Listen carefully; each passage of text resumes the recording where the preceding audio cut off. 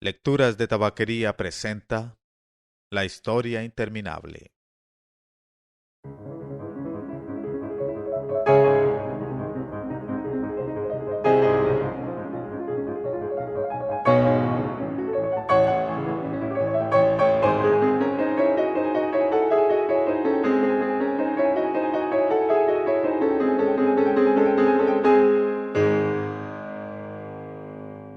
Uno. Fantasia en peligro. A sus agujeros, nidos y madrigueras se dirigían todos los animales del bosque de Aule.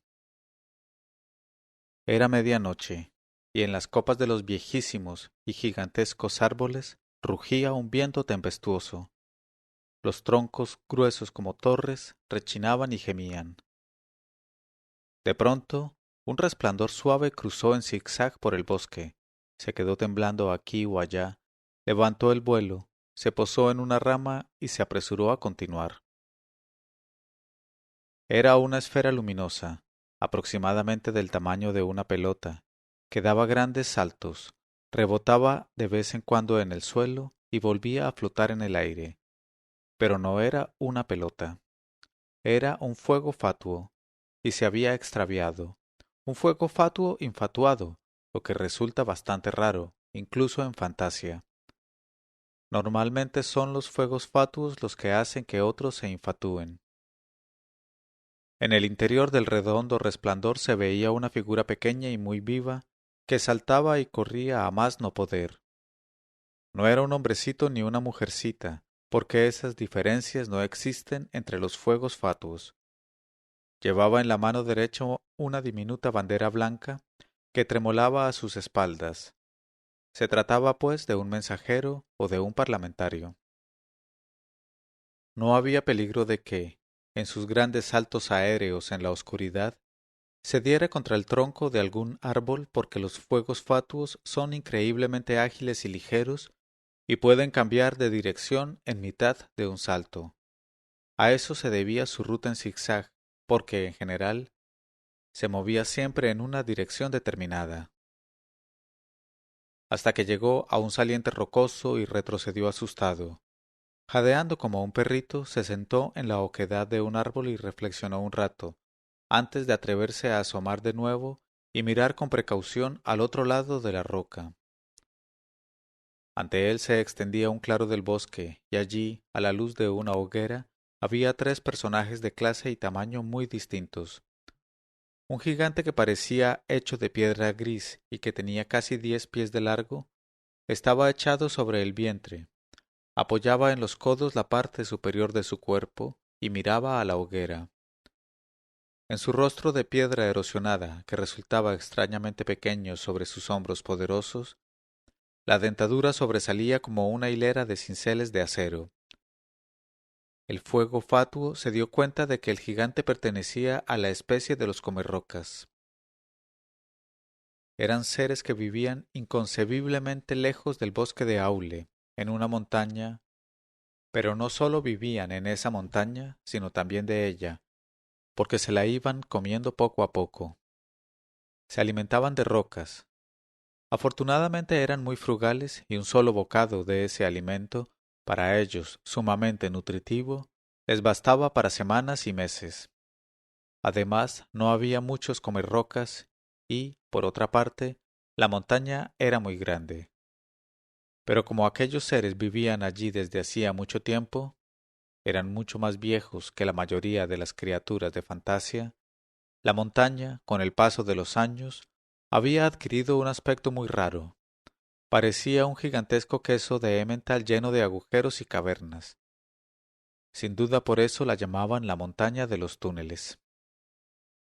Pero los comerrocas no sólo se alimentaban de piedra, sino que hacían de ella todo lo que necesitaban: muebles, sombreros, zapatos, herramientas, hasta relojes de cuco. Y por eso no resultaba muy sorprendente que aquel comerrocas tuviera detrás una especie de bicicleta solamente hecha del material citado, con dos ruedas que parecían robustas piedras de molino.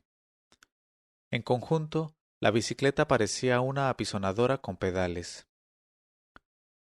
El segundo personaje que se sentaba a la derecha de la hoguera era un pequeño silfo nocturno. Como mucho, era 2 veces mayor que el fuego fatuo, y parecía una oruga negra como la pez, cubierta de piel, que se hubiera puesto de pie. Gesticulaba vivamente al hablar con sus 2 diminutas manitas de color rosa, y allí donde, bajo unos pelos negros y revueltos, debía de tener la cara, ardían 2 grandes ojos redondos como lunas. Silfos nocturnos de las formas y los tamaños más variados había en Fantasia por todas partes, y, por eso, no se podía saber a primera vista si aquel había llegado de cerca o de lejos. De todos modos parecía estar también de viaje, porque la montura habitual de los silfos nocturnos, un gran murciélago, colgaba boca abajo, envuelta en sus alas como un paraguas cerrado, de una rama situada detrás de él. Al tercer personaje del lado izquierdo de la hoguera sólo lo descubrió el fuego fatuo al cabo de un rato, porque era tan pequeño que, desde aquella distancia, sólo podía verse con dificultad. Pertenecía a la especie de los diminutenses, y era un tipejo muy fino, con un trajecito de colores y un sombrero de copa rojo en la cabeza. Sobre los diminutenses el fuego fatuo no sabía casi nada. Sólo una vez había oído decir que ese pueblo construía ciudades enteras en las ramas de los árboles, en las que las casitas estaban unidas entre sí por escalerillas, escalas de cuerda y toboganes. Sin embargo, esas gentes vivían en una parte totalmente distinta del reino sin fronteras de Fantasia, más lejos, mucho más lejos aún que los comerrocas. Por eso era tanto más extraño que la cabalgadura que aquel diminutense tenía a su lado fuera precisamente un caracol. Estaba detrás de él. Sobre su concha de color rosa brillaba una sillita de montar plateada, y también el bocado y las riendas que sujetaban sus cuernos brillaban como hilos de plata. El fuego fatuo se maravilló de que aquellos seres tan diversos se sentasen juntos armoniosamente, porque, por lo común, en Fantasia, no todas las especies vivían en paz y armonía. A menudo había luchas y guerras, existían también rivalidades de siglos entre determinadas especies, y además no sólo había criaturas buenas y honradas, sino también rapaces, perversas y crueles. El propio fuego fatuo pertenecía a una familia a la que podían ponerse reparos en materia de credibilidad y fiabilidad. Sólo después de haber contemplado un rato la escena se dio cuenta el fuego fatuo de que los 3 personajes llevaban una banderita blanca o una banda también blanca cruzada en el pecho. Así pues, eran igualmente mensajeros o parlamentarios, y eso explicaba, desde luego, que se comportasen tan pacíficamente. No estarían de viaje, en fin de cuentas, por las mismas razones que el fuego fatuo. Lo que hablaban no se podía entender desde lejos a causa del rugiente viento que sacudía las copas de los árboles, pero como se respetaban mutuamente en calidad de mensajeros, quizá reconocerían también como tal al fuego fatuo y no le harían nada. Y, al fin y al cabo, tenía que preguntar a alguien el camino. Sería difícil que se presentara una oportunidad mejor en pleno bosque y en plena noche. Así pues, se decidió, salió de su escondite agitando la banderita blanca y se quedó temblando en el aire. El comerrocas, que tenía el rostro vuelto en su dirección, fue el primero que lo vio. Hay muchísimo tráfico esta noche, dijo con voz rechinante. Ahí llega otro. ¡Uy, huy! Un fuego fatuo. Cuchicheó el silfo nocturno y sus ojos de luna se encendieron. Me alegro, me alegro. El diminutense se puso en pie, dio unos pasitos hacia el recién llegado y gorjeó. Si no me equivoco, usted está aquí también en calidad de mensajero. Sí, dijo el fuego fatuo. El diminutense se quitó el rojo sombrero de copa, hizo una pequeña reverencia y trinó. En tal caso, acérquese, por favor. También nosotros somos mensajeros. Siéntese. Y con un gesto de invitación señaló con el sombrerito el sitio libre que quedaba junto a la hoguera. Muchas gracias, dijo el fuego fatuo acercándose más, tímidamente. Perdonen la libertad. Permítanme que me presente. Me llamo Bloop. Encantado, respondió el diminutense. Yo me llamo Ukuk. El silfo nocturno se inclinó sin levantarse. Mi nombre es Bushbusul. Mucho gusto en conocerlo, rechinó el comerrocas. Yo soy Pienraxark. Los tres miraron al fuego fatuo que desvió la mirada nervioso. A los fuegos fatuos les resulta muy desagradable que los miren descaradamente. ¿No quiere sentarse, amigo Bloop? Preguntó el diminutense. La verdad es que tengo mucha prisa, respondió el fuego fatuo, y solo quería preguntarles cómo llegar desde aquí a la Torre de Marfil. Uy, uy, dijo el silfo nocturno. ¿Quieres ver a la emperatriz infantil? Exacto, dijo el fuego fatuo. Tengo un mensaje muy importante que transmitirle. ¿Qué mensaje? Rechinó el comerrocas. Bueno, el fuego fatuo cambió el peso de su cuerpo de una pierna a otra. Es un mensaje secreto. Los tres tenemos la misma misión que tú, Huy Huy, respondió Bushbusul, el silfo nocturno. Estamos entre colegas. Es posible que incluso llevemos el mismo mensaje, opinó Ukuk, el diminutense. Siéntate y cuéntanos, rechinó Piernaxark. El fuego fatuo se instaló en el sitio libre. Mi patria, comenzó a decir después de reflexionar un poco, se encuentra bastante lejos de aquí. No sé si alguno de los presentes la conoce. Se llama Podrepantano. Uy, uy, suspiró encantado el silfo nocturno. Un lugar maravilloso. El fuego fatuo sonrió débilmente. ¿Verdad que sí? ¿Y qué más? Rechinó Piernaxark. ¿Por qué estás aquí, Plup? En Podrepantano, nuestro país, siguió diciendo entrecortadamente el fuego fatuo, ha ocurrido algo, algo incomprensible. Es decir, está ocurriendo aún. Es difícil describirlo. Empezó es decir, bueno, al este de nuestro país hay un lago, o mejor dicho, había, llamado Cálido Caldo, y todo empezó porque un día el lago de Cálido Caldo no estaba ya allí, simplemente había desaparecido. ¿Comprendéis? ¿Quiere usted decir, preguntó Ukuk, que se secó? No, repuso el fuego fatuo. En tal caso habría ahora allí un lago seco. Pero no es así. Donde estaba el lago no hay nada, simplemente nada. ¿Comprendéis? ¿Un agujero? Gruñó el comerrocas. No, tampoco un agujero. El fuego fatuo parecía cada vez más desamparado. Un agujero es algo, y allí no hay nada. Los otros tres mensajeros intercambiaron miradas. ¿Qué aspecto tiene, Huy Huy, esa nada? Preguntó el silfo nocturno. Eso es precisamente lo que es tan difícil de describir, aseguró el fuego fatuo con tristeza. En realidad, no se parece a nada. Es como... Bueno, no hay palabras para describirlo. Como si uno se quedara ciego al mirar ese lugar, ¿no? ¿Se le ocurrió al diminutense? El fuego fatuo lo contempló con la boca abierta. Eso es exactamente, exclamó. Pero, ¿de dónde? Quiero decir, ¿cómo? ¿O es que también conocéis ese... Un momento, rechinó el comerrocas interviniendo. ¿Eso ha ocurrido en un solo lugar? Al principio sí, explicó el fuego fatuo. Es decir, el lugar se hizo cada vez mayor.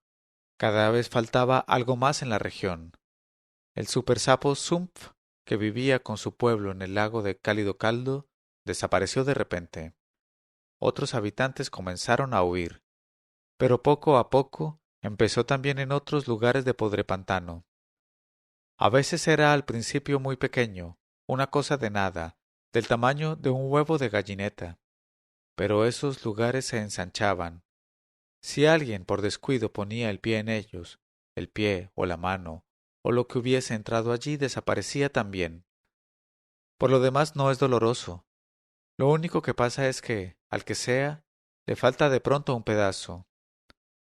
Algunos hasta se han tirado dentro intencionadamente al ver que la nada se les acercaba demasiado.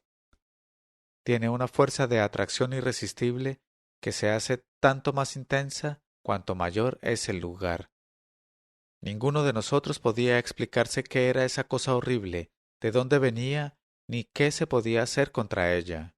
Y, como por sí sola no desaparecía, sino que se extendía cada vez más, finalmente se decidió enviar un mensajero a la emperatriz infantil para pedirle consejo y ayuda, y ese mensajero soy yo. Los otros tres miraban ante sí en silencio. ¡Uy, huy! Se oyó decir al cabo de un rato a la voz lastimera del silfo nocturno.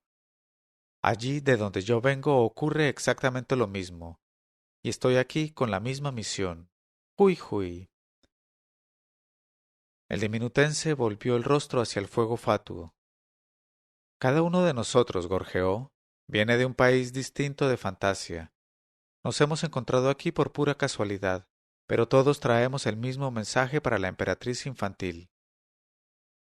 Lo que quiere decir, gimió el comerrocas, que Fantasia entera está en peligro. El fuego fatuo los miró uno tras otro con un susto de muerte. Entonces exclamó poniéndose en pie de un salto, no hay un segundo que perder. De todas formas sí íbamos a marcharnos ya, explicó el diminutense. Solo habíamos hecho un alto a causa de la impenetrable oscuridad de este bosque de Jaule, pero ahora que está con nosotros, Bloop podrá iluminarnos. Imposible, exclamó el fuego fatuo. No puedo esperar a alguien que monta en un caracol. Pero si es un caracol de carreras, dijo el diminutense un tanto molesto. Y además, huy, huy, cuchicheó el silfo nocturno, si no, no te daremos la dirección. ¿Con quién estáis hablando? Gruñó el comerrocas. Porque la verdad era que el fuego fatuo no había oído ya las últimas palabras de los otros mensajeros, sino que se alejaba por el bosque a grandes saltos. Bueno, dijo Ukuk, el diminutense, echándose el sombrero de copa rojo hacia atrás. Como alumbrado de carretera, un fuego fatuo quizá no hubiera sido de todas formas lo adecuado. Al mismo tiempo saltó a la silla de su caracol de carreras. También yo, declaró el silfo nocturno llamado con un suave huy huy a su murciélago, preferiría que cada uno viajara por su cuenta. Al fin y al cabo voy por el aire. Y ¡zas! Desapareció. El comerrocas apagó la hoguera golpeándola simplemente unas cuantas veces con la palma de la mano. También yo lo prefiero, se le oyó rechinar en la oscuridad. Así no tendré que preocuparme de no aplastar cualquier cosa diminuta. Y se le oyó penetrar en el bosquecillo sobre su potente bicicleta, con toda clase de crujidos y chasquidos. De vez en cuando chocaba sordamente contra algún gigante arbóreo y se le oía rechinar y gruñir. Lentamente, el estrépito se alejó en la oscuridad. Ukuk, el diminutense, se quedó solo. Cogió las riendas de hilo de plata y dijo: Bueno, veremos quién llega antes. Vamos, viejo, vamos. Y chasqueó la lengua. Y luego no se oyó nada más que el viento tempestuoso que rugía en las copas de los árboles del bosque de Aule. El reloj de la torre próxima dio las 9. Solo de mala gana volvieron a la realidad los pensamientos de Bastián. Le alegraba que la historia interminable no tuviera nada que ver con esa realidad. No le gustaban los libros en que, con mal humor y de forma avinagrada, se contaban acontecimientos totalmente corrientes de la vida totalmente corriente de personas totalmente corrientes. De eso había ya bastante en la realidad y ¿por qué había que leer además sobre ello? Por otra parte, le daba 100 patadas cuando se daba cuenta de que lo querían convencer de algo. Y en esa clase de libros, más o menos claramente, siempre lo querían convencer a uno de algo. Bastián prefería los libros apasionantes o divertidos o que hacían soñar. Libros en los que personajes inventados vivían aventuras fabulosas y en los que uno podía imaginárselo todo, porque eso sabía hacerlo. Quizá fuera lo único que realmente sabía hacer, imaginarse algo tan claramente que casi podía verlo y oírlo. Cuando se contaba a sí mismo sus historias, a menudo olvidaba todo lo que le rodeaba y se despertaba solo al final, como de un sueño. Y aquel libro era exactamente de la misma clase que sus propias historias. Al leerlo, no sólo había oído el rechinar de los gruesos troncos y el rugido del viento en las copas de los árboles, sino también las distintas voces de los 4 extraños mensajeros, y hasta se había imaginado percibir el olor del musgo y del suelo del bosque. Abajo, en la clase, comenzaría pronto la hora de ciencias, que consistía principalmente en contar pistilos y estambres a las flores. Bastián se alegró de estar en su escondite y poder leer. Era exactamente el libro apropiado para él, pensó, exactamente el apropiado.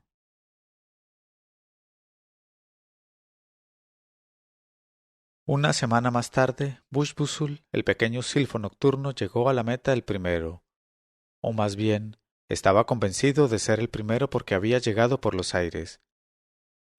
Era la hora de la puesta de sol y las nubes del cielo de la tarde parecían de oro líquido, cuando se dio cuenta de que su murciélago se cernía ya sobre el laberinto.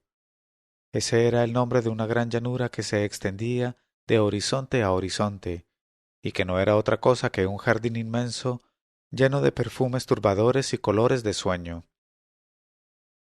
Entre arbustos, setos, prados y macizos con las flores más extrañas y extraordinarias, discurrían anchos caminos y estrechas veredas de forma tan artística y complicada que el jardín entero formaba un laberinto de increíble extensión. Naturalmente aquel laberinto solo se había construido para jugar y divertirse, y no para poner seriamente en peligro a nadie ni para defenderse contra ningún atacante. Para ello no hubiera servido, y tampoco la emperatriz infantil necesitaba esa protección. En todo el reino sin fronteras de Fantasia no había nadie de quien tuviera que guardarse.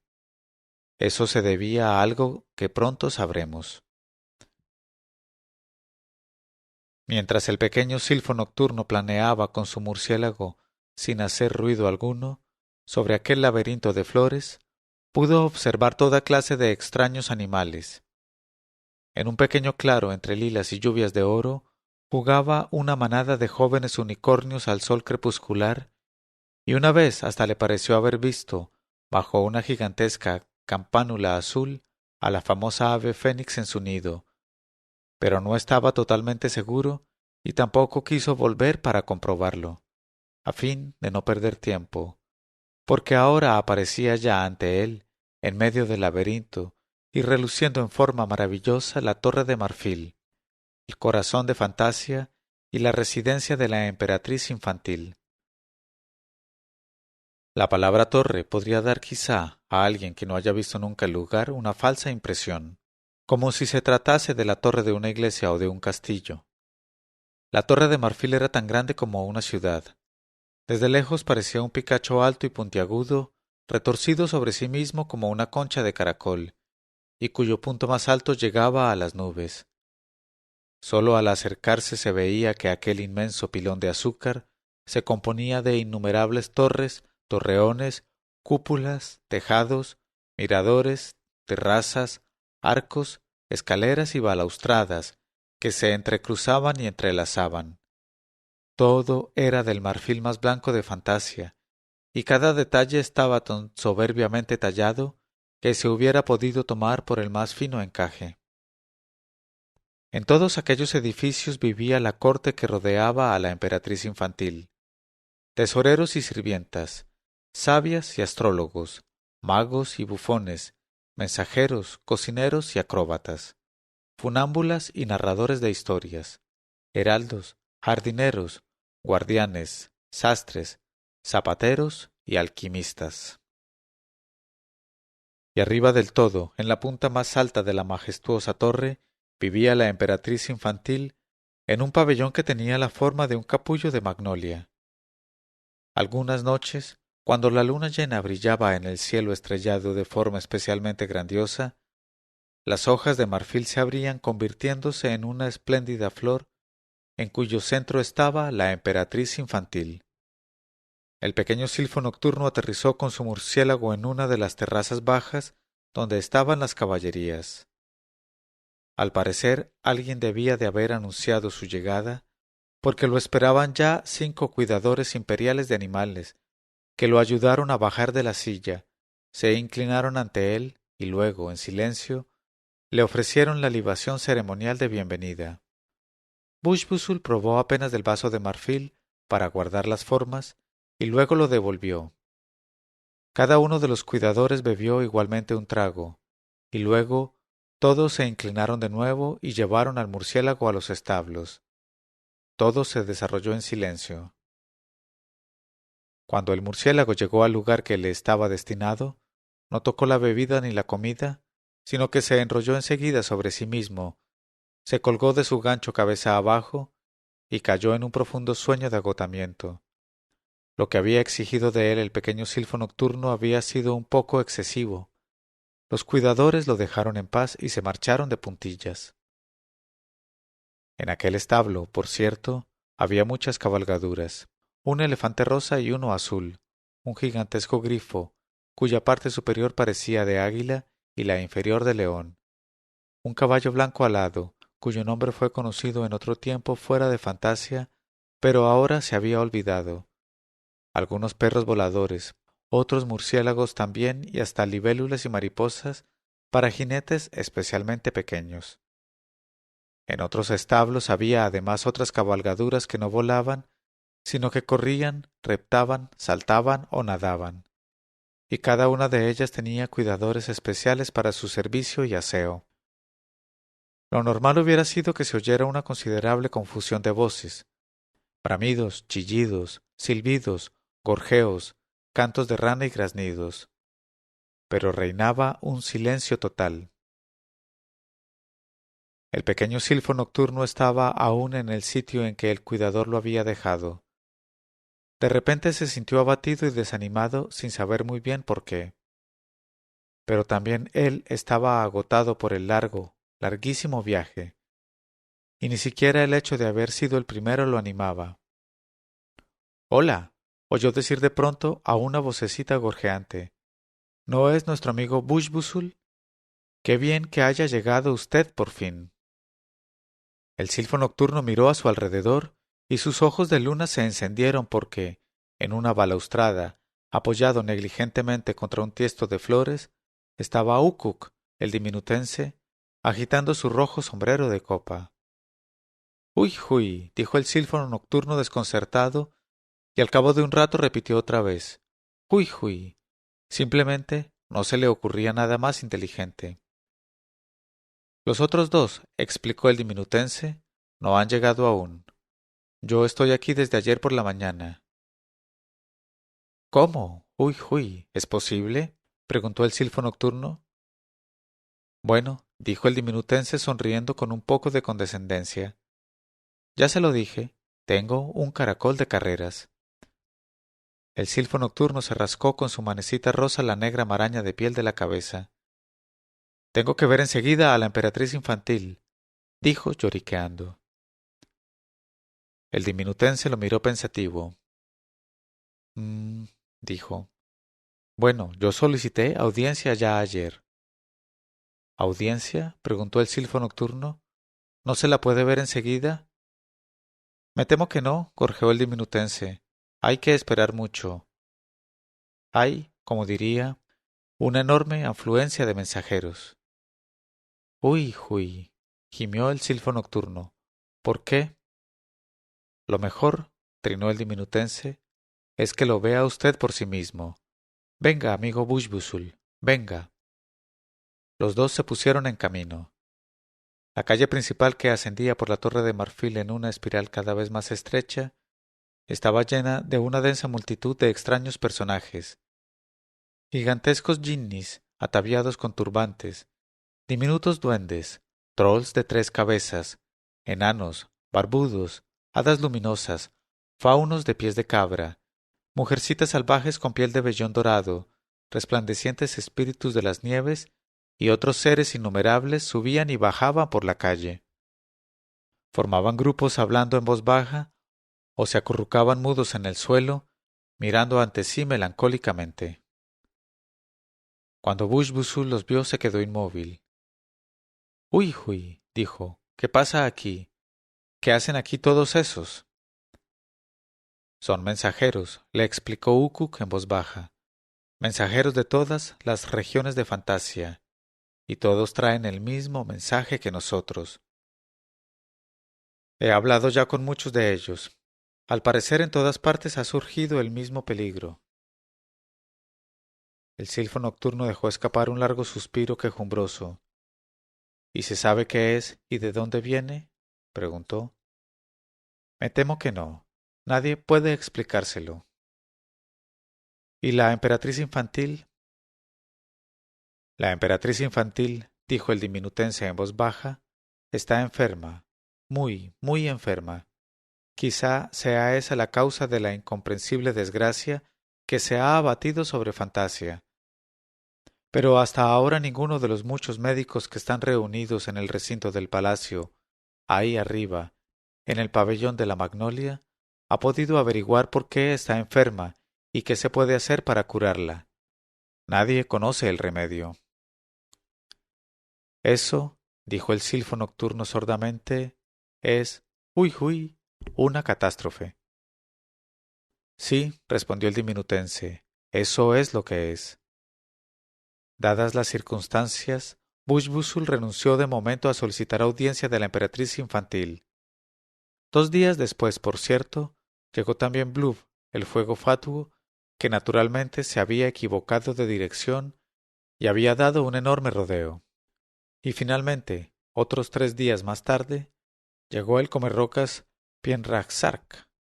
Vino a pie, apisonando el suelo, porque en un repentino ataque de hambre furiosa se había comido su bicicleta de piedra, por decirlo así, como provisión de boca. Durante el largo tiempo de espera, los 4 desiguales mensajeros se hicieron muy amigos, y también luego siguieron juntos. Pero esa es otra historia, y debe ser contada en otra ocasión.